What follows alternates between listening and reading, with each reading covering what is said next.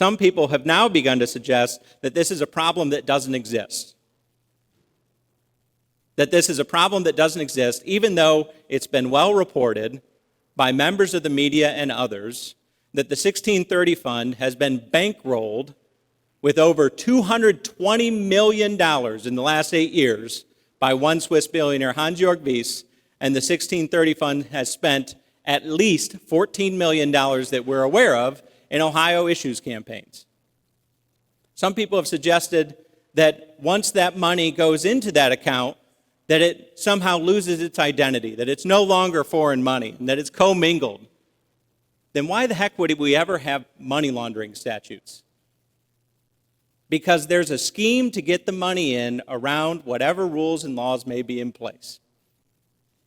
The money doesn't lose its identity, particularly when you have a funder that's putting hundreds of millions of dollars into one fund to be able to influence elections across the country, and that funder being a Swiss billionaire. The reason the convention is after the deadline, the current existing deadline, the reason why the Democratic convention is after the deadline is convention dates are often chosen by television schedule. And I have a message again to the governor, since I'm speaking to him this time, since everybody else already heard this speech, that we don't want your fix, we don't need your fix. The DNC just released a statement several minutes ago that says we're going to hold a virtual vote of our delegates across the country and nominate President Biden to the ballot. Let me make it clear to everyone. We are here as senators in this session today because of one person's incompetence and inability to read a calendar. Somebody can't follow directions. The Democrat Party chairman has failed to get her president of the United States on the ballot. Because the question that we have today is whether or not that we are going to do the fix. And as my colleague says, that the National Democratic Party has said the fix that you're proposing is not a fix, and it is not a solution. In fact, it is another attempt to undermine the voice of the people, and I agree with that. I've given virtually the same speech 3 times, and all my colleagues on this side of the aisle, and I have basically gone blue, so I use blue there, in the face explaining how this amendment is toxic to democracy.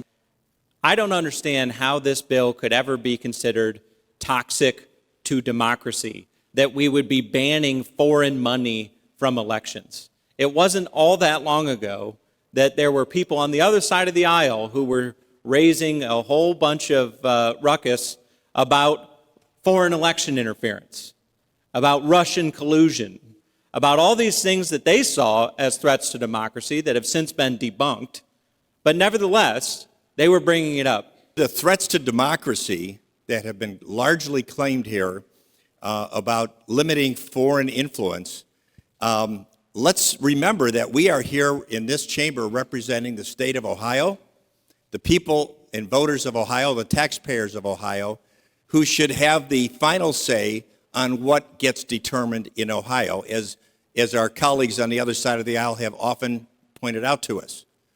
We don't need people from foreign countries, foreign organizations, telling Ohioans what they ought to be doing by spending tens of millions of dollars to influence the outcome of various ballot initiatives. Democracy, my friends, is not at stake here. Democracy is being protected with the passage of this bill. What's getting glossed over by many members of the media and even people on the other side of the aisle in this chamber is the millions of dollars that get raised and spent to put these questions on the ballot. The millions of dollars.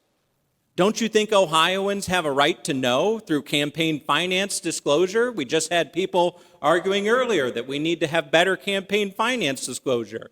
Don't you think the people of Ohio ought to know who is bankrolling the millions of dollars that are being spent to put these on the ballot? And I can assure you, if they're already spending millions of dollars putting these questions on the ballot, a simple disclosure requirement isn't going to be an impediment that they cannot clear.